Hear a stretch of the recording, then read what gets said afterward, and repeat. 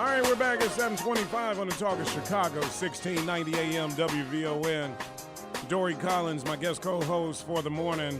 Also, Richard Fowler on the live line with us, talking about the winners and the losers at last night's Republican debate at the Ronald Reagan Library in California. I tell you, and you know, Ron Paul kind of surprised me a little bit, and he started talking about the Reagan years and said, hey, we need a reality check on those Reagan years. They weren't as great as we thought they were.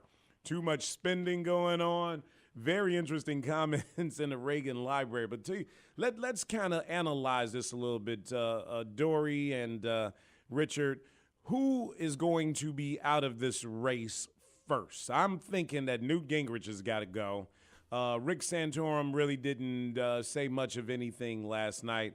And guys, between Herman Cain, Michelle Bachmann, I mean, isn't it time to start narrowing the field down right now?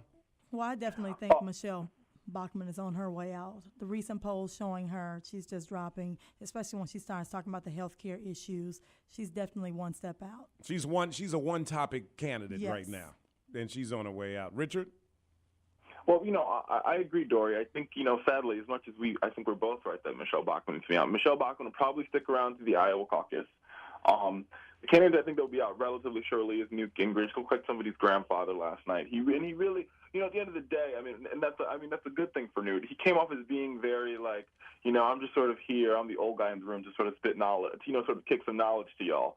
And so I think he'll be out relatively shortly. Rick Santorum, I wasn't really sure that he was ever in. To be honest, he just sort of been there in the background, you know, polling less than 0.5%. Ron Paul, I'm almost 1,000 sure will end up sticking around until Iowa, maybe South Carolina.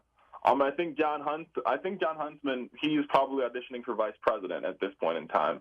I think the president candidate type of thing is down to him and, you know, Tim Pawlenty, who's already been out of the race. He just came off as being very, very, very moderate. Or, you know, I mean, also, you know, Matt, I hate to pick on Ambassador Huntsman, but he came off as being, you know, a bitter old employee of the president. And, you know, he is a bitter old employee of the president. So he came off as being very just bitter. And I'm just like, well, if I don't understand why you're so bitter, you're the one who left the job, not the president. No, I agree with you, especially your analysis about Newt Gingrich. I mean, he just looked terrible last night to me, even, you know, physically just standing up with the rest of the candidates. I mean, he looks like Friar Tuck from Robin Hood. He's got this big belly going. And I mean, he really, and I'm not talking about him as, you know, I'm not talking about, you know, people that are full figure, but he really just does not look presidential at all, standing up against those other candidates. I mean, you got some good-looking people out there, Mitt Romney and Rick Santorum and you know, Rick Perry. I mean, these are all people that look very presidential. And Newt he's just out of it. Michelle Bachmann, the poor girl, couldn't get a word in edgewise last night. Her value is dropping quick. And, you know, Ron Paul will say some things that make sense, and then he'll say some other crazy things, and then he wants to cut everything. He wants to get rid of everything. Homeland Security. We don't need security at airports anymore. And I think this is really coming down to a two-candidate race, and I think the sooner the better. Well, it'll be interesting, some of the other issues that need to be debated and see if there'll be a resurgence in any of these candidates that we're speaking of. However, we know what the hot topics are and what's affecting us most, our jobs and the economy. However, there are so many other things that we need to be discussing.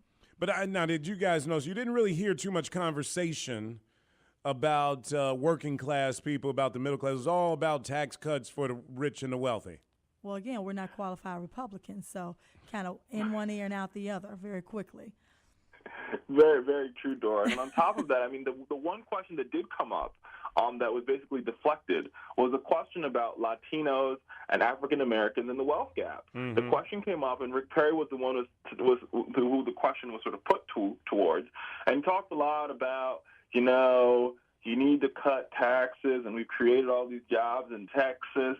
But he really didn't answer the question. None of them have a real answer on how we fix the wealth gap in America. And, you know, they talk about, well, this is all class warfare. but it's not really class warfare. The only people that are having class warfare is them. I mean, they're the ones who continually want to look out for the rich, and they were the ones who look out for the small businesses.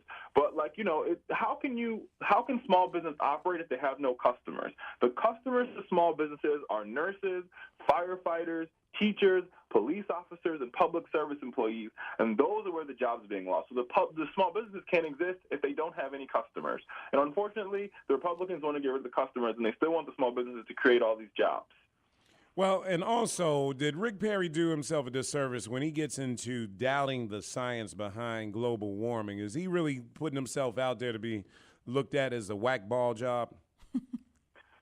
Amongst moderates, exactly. I mean, I think amongst the Tea Party and the Christian conservatives who don't believe in global warming and, they don't believe in anything that's scientific, it's one thing. But I think amongst, moderate folks, global warming is happening. I might believe that there was an Adam and an Eve, but there clearly is global warming happening. Or, there's clearly degradation to our Earth.